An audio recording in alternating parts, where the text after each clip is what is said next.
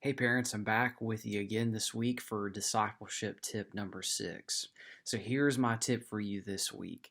Many of you are trying to figure out things that you want to do to keep in your time that you've had since quarantine and since since you've been kind of cooped up in your house. But maybe there's some routines that you want to keep. I sent you an article last week of kind of answering some of those questions.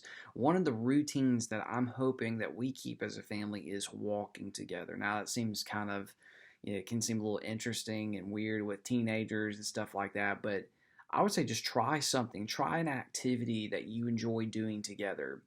And one of the things that I really like, and one of the things that I encouraged our students last fall was prayer walking. And I basically learned how to do most of this and more of this when I was doing children's ministry through kids camps, and then also while I was doing outreach ministry at my previous church, and then also through helping with students understand prayer walking.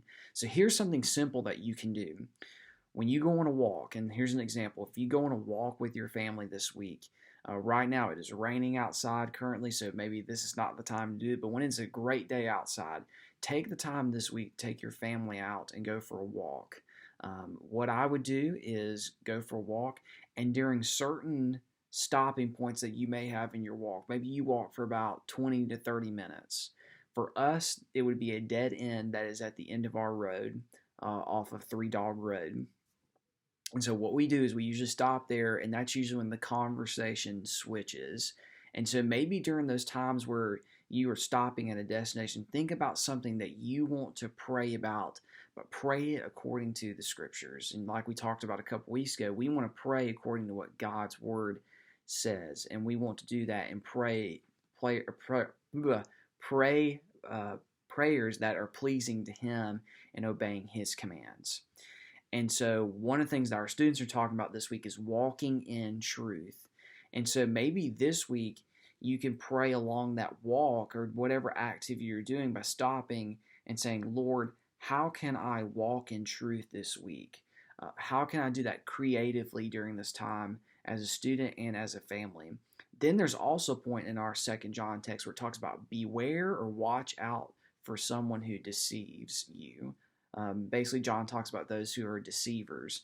And maybe what you may want to do is with your students is point them in the direction of praying for some of the things that can make them fall into deception, or pray for things that go beyond God's word and try to add or take away from God's word that we want to flee from and stay rooted in Jesus being our true testimony, the truth that He is the Son of God. So take those times during your walk to do that. It doesn't even have to be prayer walking. It can be while you're playing tennis. Maybe you're taking a break in between. Take a time to pray. It could be while you're doing an activity such as basketball, anything you're doing. It could be anything. Take time to pray this week, but pray according to what your students are learning, or even the Philippians passage that we're going through as a church. And that is my tip for you for tip number 6 for this week.